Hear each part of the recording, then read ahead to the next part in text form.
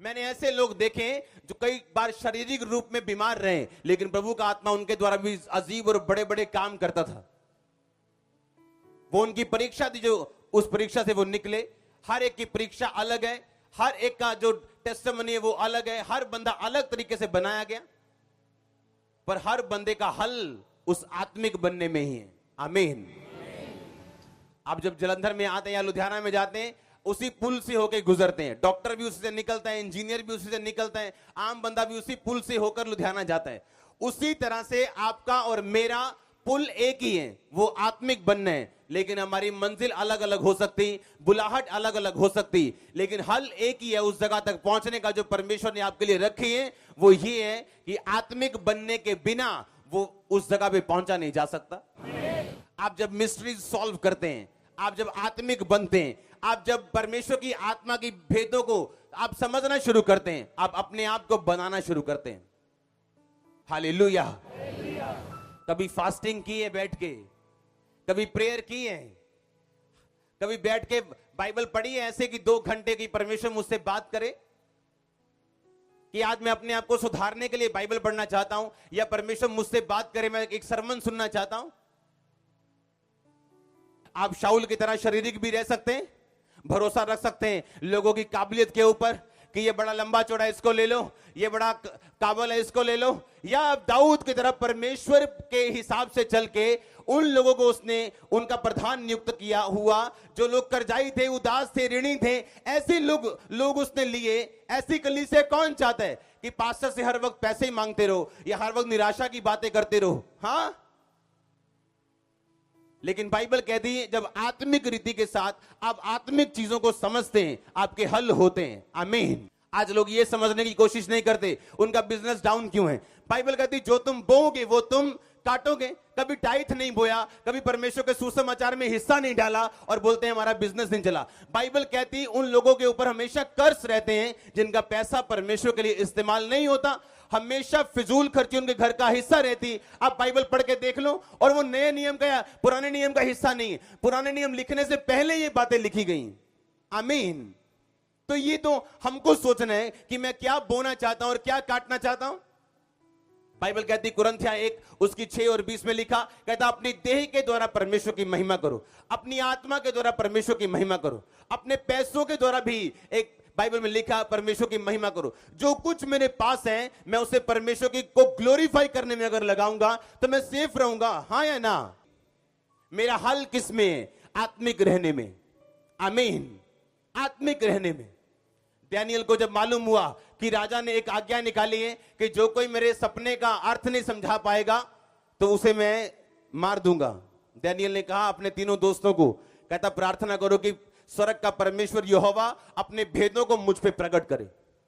वो जानता था कि ऐसी सिचुएशन मेरी लाइफ में आ चुकी है जहां मेरा कोई गिफ्ट काम नहीं कर सकता, मुझे परमेश्वर के हाथ की ही जरूरत है। और परमेश्वर ने डैनियल के ऊपर सपने और सपने का अर्थ दोनों प्रकट किए, और बाइबल में लिखा वो ऊंचा किया गया, अपने गिफ्ट के द्वारा नहीं, अपने आत्मिक होने के द्वारा। आमीन। आप याद रखो, आप कुछ भी करो, एमबीबीएस करो, आप इंजीनियर बनो, नो प्रॉब्लम, पर आपको आत्मिक बनना है साथ साथ। आमीन। परमेश्वर पढ़ने से रोकता नहीं, आपको क्या बनना है साथ साथ, क्योंकि आपका हल किस में है? आत्मिक बनने में। आपका प्रमोशन किस में है? आत्मिक बनने में। और जैसे ही वो आत्मिक रीति के साथ चले उनका प्रमोशन होता गया, और कोई व्यक्ति उनके प्रमोशन को खत्म नहीं कर पाया।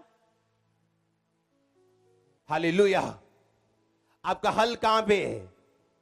आत्मिक बनने में। आपकी प्रमोशन कहां है? आत्मिक बनने में। आमीन। आप जब आत्मिक रीति के साथ चलना शुरू होते हैं, परमेश्वर वो चीजों को खोलना शुरू करता है। जैसे पर्दे के बाद पर्दा खुलता जाता है, आपकी लाइफ के सामने जो इवेंट है अनफोल्ड होते जाते हैं, खुलते जाते हैं आपके सामने, और आप बोलते हो वाह वाह वाह, क्योंकि हर एक इवेंट जबरदस्त आपकी लाइफ में होने वाला है अगर आप आत्मिक है तो। और बड़ी टेस्टिमनीज आने वाली है चर्च, आपकी लाइफ, आपके बच्चों की जिंदगी में भी मैं एक बड़ी टेस्टिमनीज, बड़ी गवाहियां देख रहा हूं। आपकी वाइफ, आपके हस्बैंड, आपके ब्रदर्स, आपकी सिस्टर्स, बिग टेस्टिमनीज देख रहा हूं चर्च, डिवाइन हेल्पर्स देख रहा हूं आपकी लाइफ में। अगर ये वर्ड आपकी लाइफ में अगर आप माने कि मुझे आत्मिक बनना है आज से, आमीन। आप किस पे यकीन करते हो? आपका बच्चा जब नशे नहीं छोड़ रहा, मैं नहीं कहता उसे नशे छुड़ाओ सेंटर में मत भेजो, लेकिन आपका फेथ किसके ऊपर है? उस सेंटर के ऊपर या परमेश्वर के ऊपर, अपनी प्रेयर के ऊपर? अगर आपका फेथ आपकी प्रेयर के ऊपर है और आप प्रेयर करना शुरू करते हैं, आप जानते हैं, अगर आप पत्थर तोड़ने वाले को देखो, जब वो पत्थर अपने सामने रखता है और जोर से वो थोड़ा मारता है, ठक, क्या पत्थर टूट गया एक बार में? अगर नहीं टूटा, क्या थोड़ा मारना बंद कर दूं मैं फिर? हाँ, जब दूसरी बार मारा टूट गया, क्या वो, क्या थोड़ा मारना बंद कर दूं? वो लगातार मारता है, पत्थर ऊपर से 1 इंच भी टूटता हुआ नजर नहीं आता, पर उसको मालूम है पत्थर की स्ट्रेंथ जो है वो कम हो रही, उसकी मजबूती कम हो रही, और एक बार जब 10वां 11वां थोड़ा पड़ता है, एक बार में वो पूरा टूटता है। और उसी तरह से प्रेयर काम करती है। आप आधा घंटा करते हैं, 2 घंटे, 1 दिन करते हैं, आपको लगता है यार ये जो रसौली 56x57 की थी ना, ये 56x57 की है। इतने घंटे प्रेयर के बाद भी 1 इंच भी हिली नहीं, 1 इंच भी कम नहीं हुई। और शैतान यही चाहता कि आप उसके दिखाए गए प्रूफ के ऊपर बिलीव करें और प्रेयर बंद कर दें। और आपको यह मालूम होना चाहिए कि पत्थर कभी भी एक बार से नहीं टूटता, आपको लगातार मारना पड़ता है। उसी तरह प्रेयर भी एक बार में कई बार काम अगर ना करे, आपको बार बार उस प्रेयर को करना पड़ता है, बार बार शैतान को डांटना पड़ता है, और विक्ट्री आपकी होगी। चर्च जीतेंगे आप, क्योंकि आप ऑलरेडी जीत चुके हैं यीशु मसीह के नाम में। अगर मैं पवित्र आत्मा से भरा रहूंगा तो ये सब मुसीबतें चली जाएंगी, हर एक निरादर आदर में बदल जाएगा। हालेलुया। पवित्र आत्मा से भरने के लिए तैयार हो जाओ। मैं नहीं जानता आपकी मुसीबत क्या है, मैं नहीं जानता ट्रबल क्या है, मैं नहीं जानता शैतान कहां आपको घेर के खड़े है, लेकिन होली स्पिरिट से भर के आप वापिस जा रहे हैं। आज आपकी लाइफ का बेस्ट डे होगा यीशु मसीह के नाम। पवित्र आत्मा से आप भर के जा रहे। Be filled with the Holi ghost, be filled with the Holi ghost, be filled with the Holi ghost. पवित्र आत्मा से भर जाओ यीशु मसीह के सामर्थ्य पवित्र नाम में। आमीन हो जाइए। आशीष आपकी है चर्च। हालेलुया। अपने पाप छोड़ने के लिए तैयार हो? अब आपको मालूम होगा क्यों शैतान आपको शराब पीने के लिए प्रेरित कर रहा था, क्यों शैतान आपको व्यभिचार करने के लिए भरमा रहा था, क्यों वो आप पे प्रेशर डाल रहा था कि आप जिंदगी के प्रेशर के सामने झुक जाएं।